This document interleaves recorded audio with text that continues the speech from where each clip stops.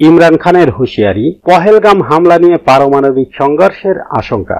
ভয়াবহ পহেলগাম হামলার পর ভারত পাকিস্তান উত্তেজনা তুঙ্গে। কারাবন্দী ইমরান খান ভারতকে সতর্ক করে দিয়েছেন, পারমাণবিক বিপর্যয় হতে পারে।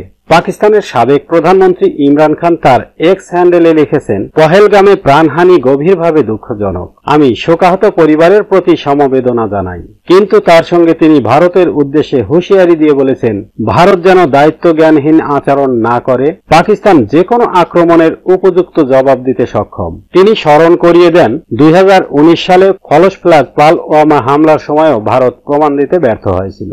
এবারও পহেলগাম হামলার পর মোদী সরকার দোষ চাপাচ্ছেন পাকিস্তানের উপর। ইমরান খান বলেন, এভাবে কাশ্মীর সমস্যা কখনোই সমাধান হবে না। ইমরান খান ভারতের বিরুদ্ধে অভিযোগ করেন, 370 ধারা বাতিলের পর কাশ্মীরে দমন পীড়ন বেড়েছে।